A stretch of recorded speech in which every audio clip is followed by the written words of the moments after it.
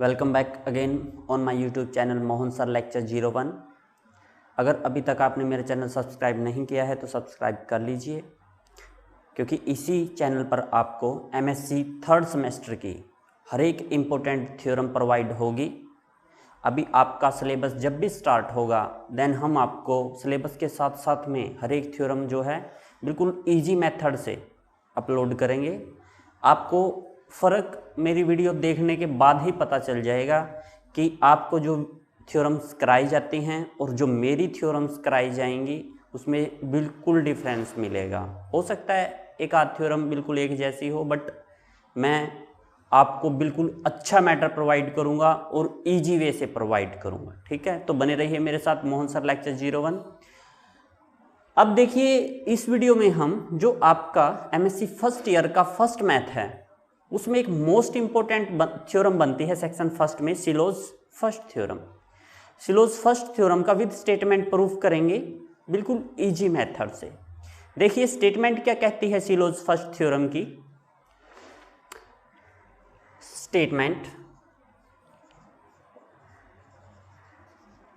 Statement क्या कहती है, let G be the finite group. G क्या होगा, एक फाइनाइट ग्रुप होगा एंड ऑर्डर ऑफ जी, जो जी का ऑर्डर होगा वो p raise to power alpha m होगा, where p be any prime number and alpha m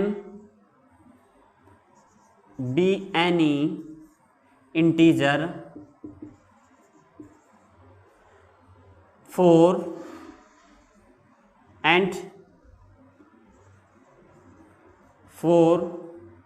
some i, और जो i की वैल्यू होगी वो 1 से ग्रेटर होगी एंड अल्फा से लेस होगी, then g has any subgroup has order p raise to power i। Is it right? ये स्टेटमेंट मैं एक बार फिर बता देता हूं। देखिए g क्या है, एक फाइनाइट ग्रुप है जिसका ऑर्डर आप लेंगे p raise to power alpha m। यहां पे जो p होगा वो कोई प्राइम नंबर होगा और अल्फा और m जो होगा आपका कोई ना कोई इंटीजर होगा। तो वहां पे एक ऐसा सब ग्रुप कुछ भी ले लें, मान लीजिए H ले लेते हैं, ऐसा सब ग्रुप H एग्जिस्ट करेगा जो इक्वल टू होगा p raise to power i, और जो ये i है ना ये एक से बड़ी होगी और अल्फा से छोटी होगी, यानी कि एक और अल्फा के बीच में, और बराबर भी है ये याद रखना, इक्वल भी होगी, या तो एक भी हो सकती है या अल्फा भी हो सकती है, और इन दोनों के बीच में लाई करेगी। Is it right? जो लास्ट वीडियो मैंने कराई थी उसमें इसकी एक दूसरी स्टेटमेंट बताई थी, वो स्टेटमेंट भी सुन लीजिए, क्योंकि ये सिंगल थ्योरम है सिलो फर्स्ट थ्योरम, बट इसकी 3 स्टेटमेंट है। और जो इसकी सेकंड स्टेटमेंट है वो देखिए, उसमें क्या कहता है ये, let G be a finite group such that p raise to power alpha divide by order of g। Is it right? और p be the any prime number, then there exist any subgroup H such that order of H is equal to p raised to power alpha। एक ये भी statement है इसकी। इस statement का proof अलग वे से होता है और इस स्टेटमेंट का प्रूफ अभी मैं करवाने वाला हूं, बट हम अलग वे से नहीं करेंगे। मैं लास्ट में आपको एक छोटा सा क्लू दूंगा कि भाई अल्फा को 1 पुट कर दीजिए, m को 1 पुट कर दीजिए, तो आपकी statement p raise to power alpha ही बन जाएगी। ठीक है, तो आप अलग वे से नहीं करेंगे, हम एक ही स्टेटमेंट का प्रूफ करेंगे, उसी को ही मोल्ड कर देंगे दूसरी स्टेटमेंट में। चलिए इसका प्रूफ करते हैं। हम इसका प्रूफ करेंगे, अप्लाई करेंगे इंडक्शन ऑन ऑर्डर ऑफ जी। चलिए देखिए बिल्कुल इजी है, मैं इसको रिमूव कर देता हूं। ये स्टेटमेंट आई थिंक सो आ गई होगी समझ में। We prove this theorem applying induction on order of G. देखिए प्रूफ बिल्कुल इजी है इसका। We will prove this theorem applying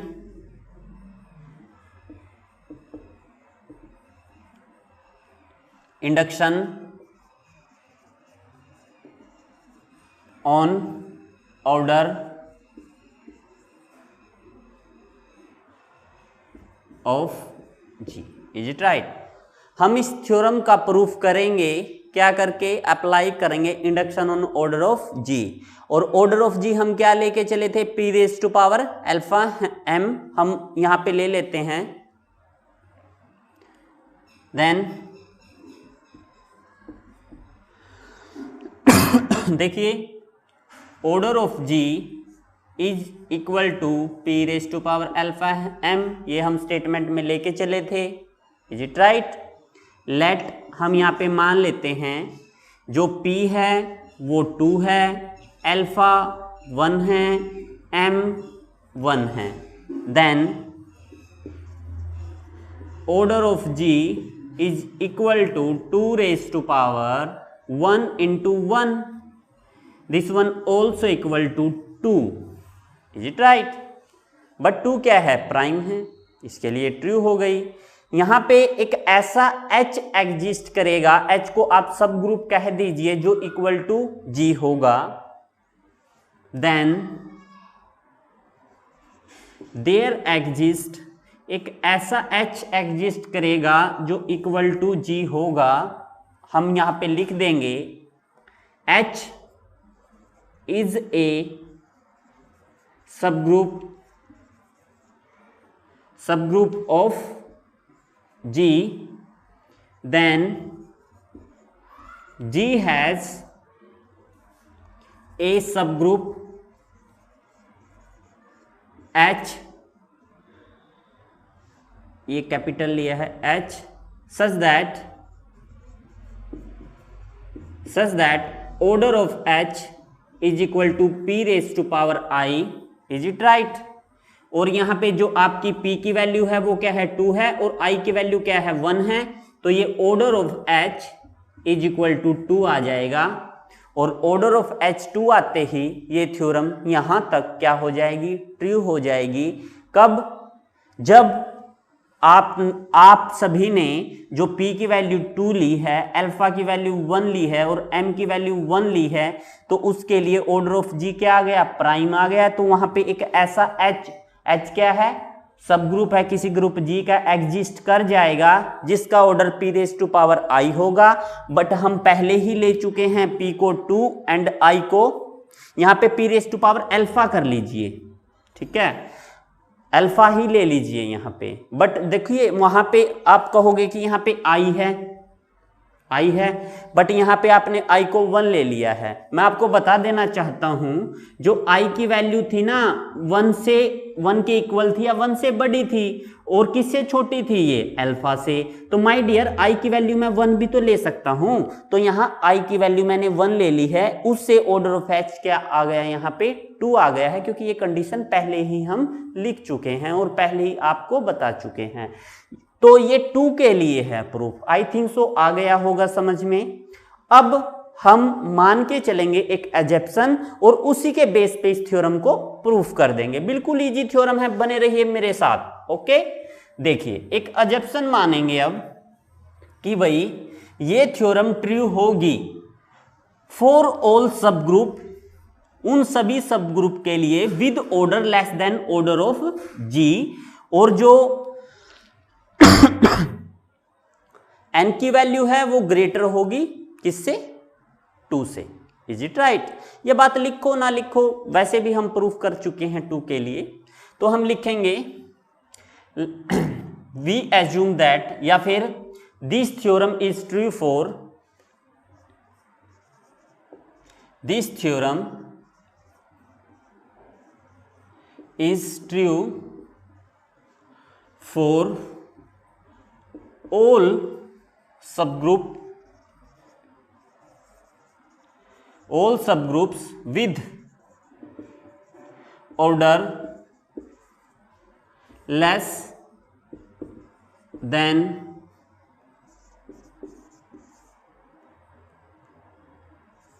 order of G। यहां पे एक बात और लिख सकते हो, let us consider,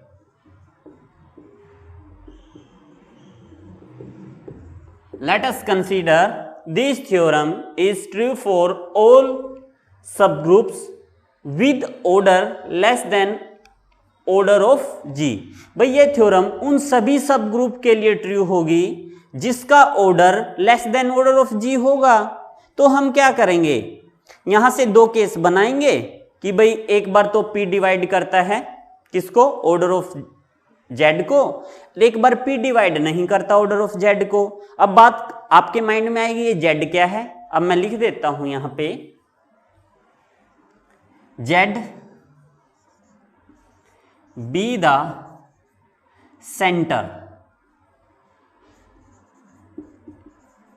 centre of G। Z क्या है, सेंटर है किसी ग्रुप G का, इज इट राइट। अगर Z सेंटर होगा किसी ग्रुप Z का तो Z क्या होगा, नॉर्मल सब ग्रुप होगा किसी ग्रुप G का। Then Z is a normal abelian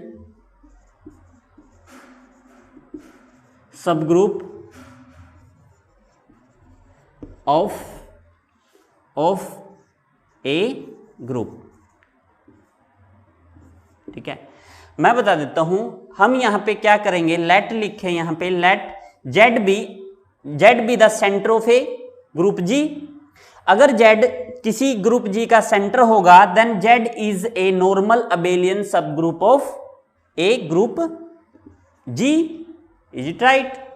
तो वो क्या होगा, एक नॉर्मल सब ग्रुप होगा किसी ग्रुप G का। Then two case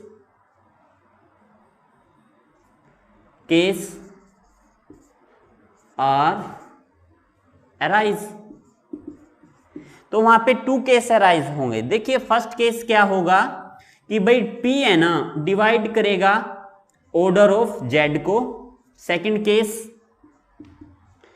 P does not divide by order of Z।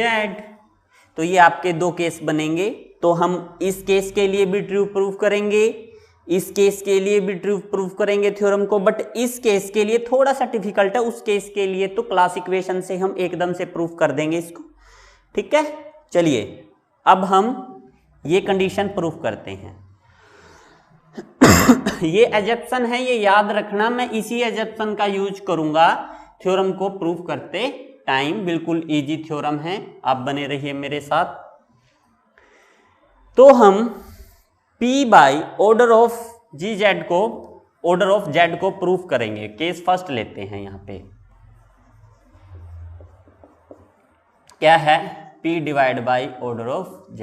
इसके लिए हम प्रूफ कर देंगे कि भाई जो ऑर्डर ऑफ G है, Z है, वो less than order of G है। हम इस थ्योरम में इस बात का प्रूफ करेंगे। अब देखिए, आपने क्या है, आपने कोची थ्योरम मैंने जब आपको कराई थी उसमें उसकी स्टेटमेंट में एक बात लिखी गई थी कि भाई एक G को फाइनाइट ग्रुप लेंगे तो वहां पे एक ऐसा G अगर फाइनाइट ग्रुप है देन P को डिवाइड करे अगर ऑर्डर ऑफ G, अगर P को डिवाइड करे ऑर्डर ऑफ G, देन वहां पे एक ऐसा एलिमेंट एग्जिस्ट करता था जिसका ऑर्डर क्या था, P था, और P क्या प्राइम था। बाय कोची फर्स्ट थ्योरम, जो कोची की आपको थ्योरम कराई गई थी उसका यूज करेंगे हम इस थ्योरम को प्रूफ करते टाइम। Is it right. चलिए देखिए, लिखेंगे बाय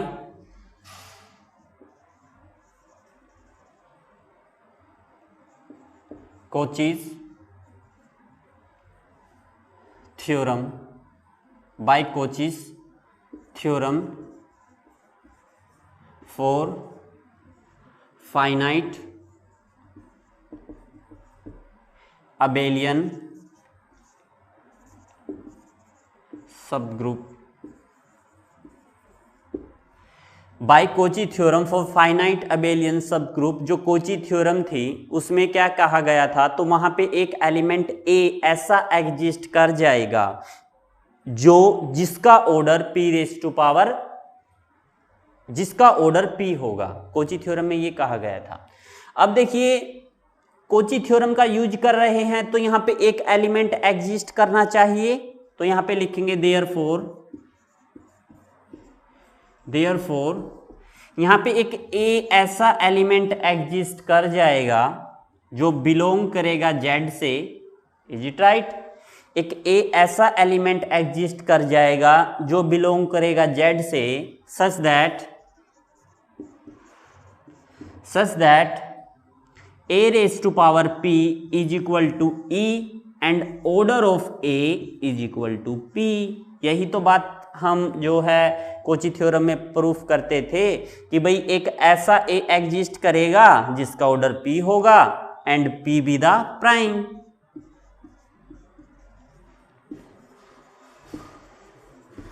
इज इट राइट? यहां तक आया समझ में? क्यों? क्योंकि a belongs to z। a किससे बिलोंग करता है? यहां पे z से। इसके बाद देखिए यहां तक आपको आई थिंक सो आ गया होगा ये केस समझ में। मैं ये यहां से रिमूव करता हूं, केस फर्स्ट की बात चल रही है यहां पे। इसके बाद एक ऐसा एलिमेंट x लेंगे जो बिलोंग करेगा z से। Is it right? एक ऐसा जो ग्रुप से बिलोंग करेगा, एक ऐसा x एलिमेंट लेंगे जो ग्रुप से बिलोंग करेगा, बट a किससे बिलोंग कर रहा है? z से, सेंटर से बिलोंग कर रहा है a, और x ग्रुप g से बिलोंग करेगा, then ax is equal to xa। Is it right? And aix is equal to xai, x belongs to g। Is it right? यहां पे लिखेंगे if x belongs to g then a raise to power i plus 1x is equal to a raise to power i into ax। Is it right? बिल्कुल easy theorem है, आप बने रहिए मेरे साथ। अब देखिए जो ax है वो इज इक्वल टू xa है, तो यहां पे रिप्लेस कर दीजिए ax को xa में। यहां पे लिखेंगे ऐसा क्यों हुआ? xa is equal to ax। Is it right? Yes, इसलिए हुआ। अब देखिए यहां पे aix इसको अलग ले लीजिए, इंटू a लिख सकते हैं, बट ये भी रिप्लेस कर जाएंगे, x आगे आ जाएगा, aia हो जाएगा। और aia को आप क्या लिख सकते हैं? बेस से में पावर ऐड होंगी तो a raise to power i plus 1, तो यहाँ पे a raise to power i plus 1 x is equal to x a raise to power i plus 1। और यहाँ पे जो x है वो बिलोंग करता है g से और a किससे बिलोंग करता है? z से। Is it right? यहाँ तक आया समझ में? कोई डाउट हो तो आप बिल्कुल कंफर्म करिएगा कमेंट बॉक्स में। इसके बाद देन एक कंडीशन लिखेंगे, मैं ये रिमूव कर देता हूं, मैं ऊपर ही लिख देता हूं। बाय इंडक्शन, देखिए लिखेंगे by induction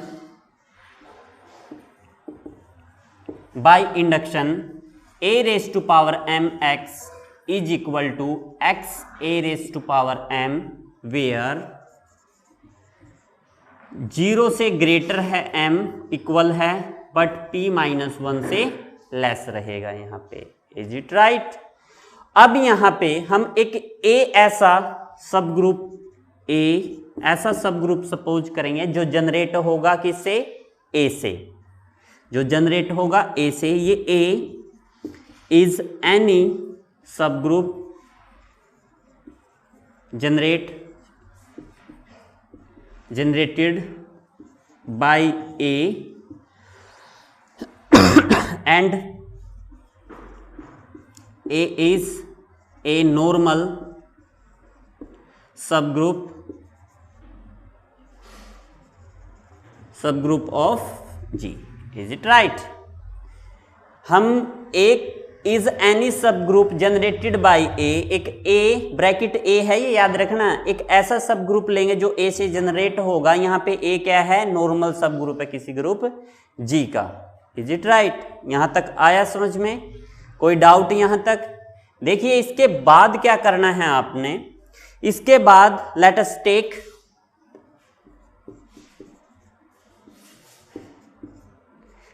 take alpha is equal to 1, then order of G is equal to p raised to power alpha m, this one also equal to, अगर अल्फा को 1 ले ले p m के इक्वल होगा, अगर alpha 1 के इक्वल है। अब देखिए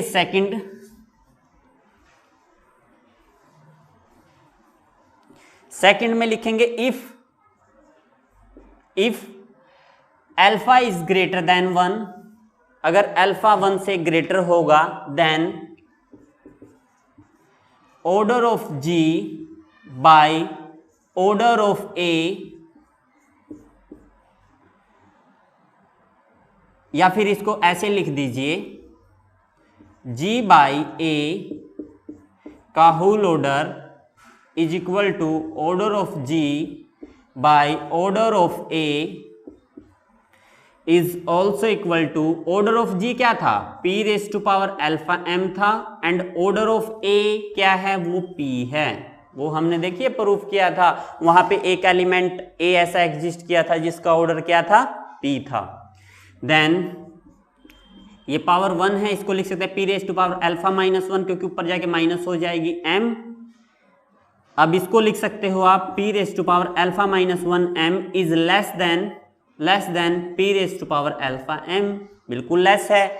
अब देखिए यहाँ पे तो अल्फा पावर है, यहाँ पे अल्फा में से एक कम है। मैं एक जनरल एग्जांपल देता हूँ, अगर मैं यहाँ पे लिख दूँ 2 रेज टू पावर 3 इंटू 1 और यहाँ पे लिख दूँ मैं 2 रेज टू पावर 4 इंटू 1, तो इनमें कौन सा बड़ा है? ये तो है 2 दूना 4 दूना 8, ये है 2 दूना 4 दूना 8 दूना 16, तो 16 से क्या ये बड़ा है? नहीं, ये लेस है।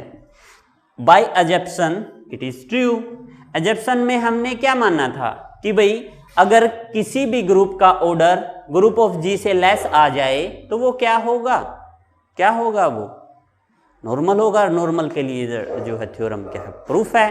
Is it right? तो लिखेंगे it is true bye assumption, it is true bye assumption.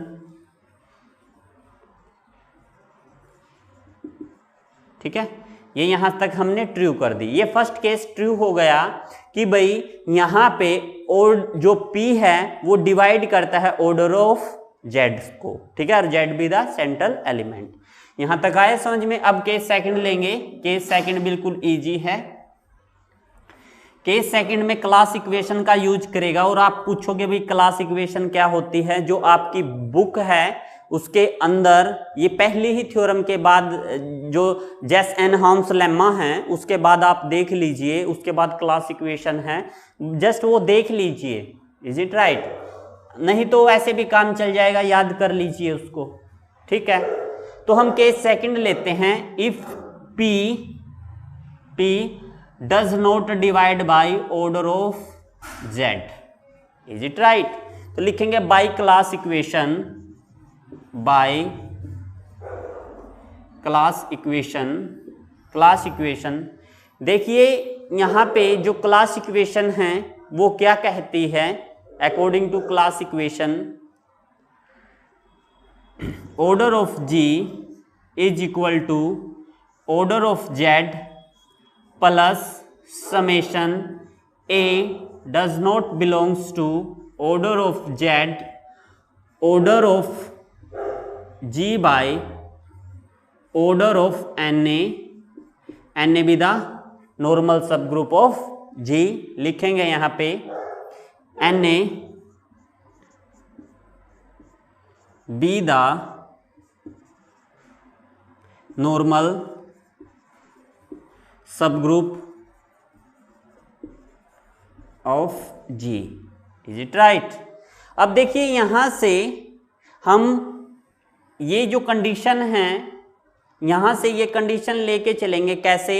देखिए कैसे, जो P है आपका यहां से लेट लिख के डिवाइड करता है order of G by order of Na.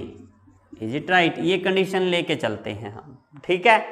अब पूछोगे ये क्यों लिया है? माय डियर, थ्योरम को प्रूफ करेंगे उसमें ऐसी कंडीशन है, ये ली गई है।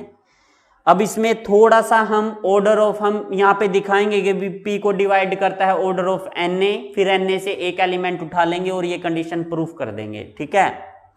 तो यहाँ पे देखिए नेक्स्ट स्टेप में क्या होगा, P डिवाइड बाई, यहाँ पे समेशन अप्लाई कर दीजिए, summation A does not belongs to order of G Z, order of G by order of Na.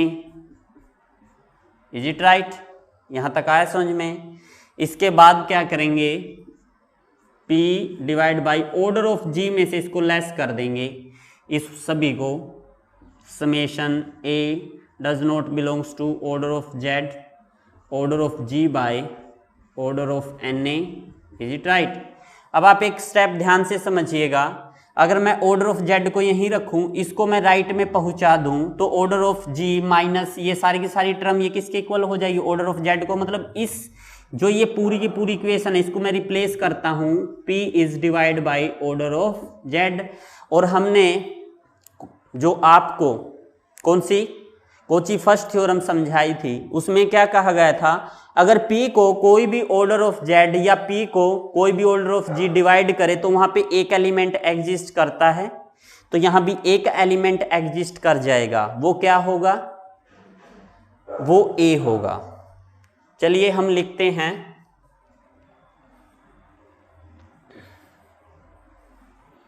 Then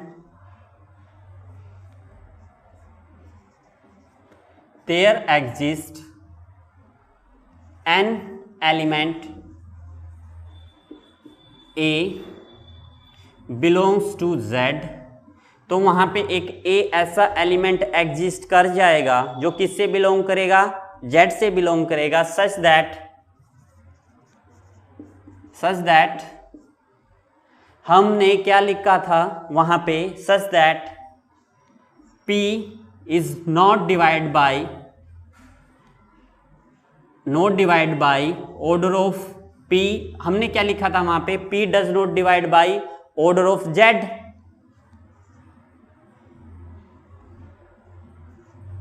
order of Z, ठीक है। वहां पे एक ऐसा A एग्जिस्ट करेगा जिसके लिए P डिवाइड नहीं करेगा ऑर्डर ऑफ Z से, सच दैट मैं इसको रिमूव कर देता हूं यहां से,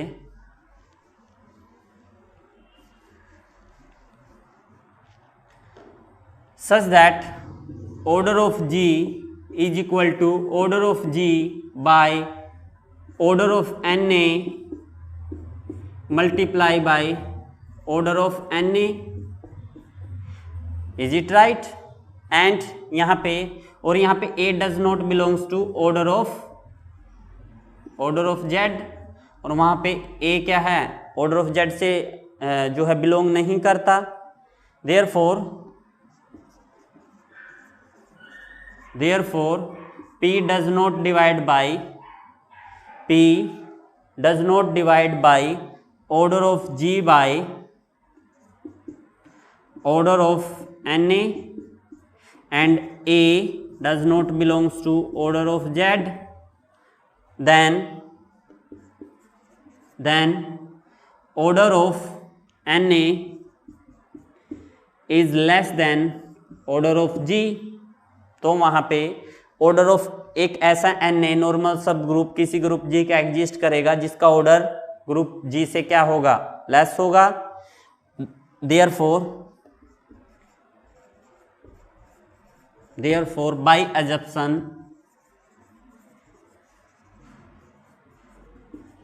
it is true. It is true. By assumption से ये भी क्या ट्रू हो गया। और जो Na है नॉर्मल सब ग्रुप किसी ग्रुप G का है, तो वहां पे क्या है, एक ऐसा सब ग्रुप Na, कोई भी ऐसा सब ग्रुप H ले लीजिए, कुछ भी H1 H2 H3 up to so on, कुछ भी ले लीजिए, ऐसा एग्जिस्ट करेगा जिसकी जो किसके इक्वल होगा, p⁻i के इक्वल होगा। और i क्या हो सकता है, अल्फा और 1 के बीच में, या फिर अल्फा भी हो सकता है या फिर 1 भी हो सकता है। ये इस थ्योरम का प्रूफ है। बने रहिए मेरे साथ। अगर आप मेरे साथ बने रहेंगे तो आपको थर्ड सेमेस्टर की मैं सारी इंपॉर्टेंट थ्योरम प्रोवाइड करूंगा बिल्कुल इजी मेथड से। Thank you for watching my video. Thank you again.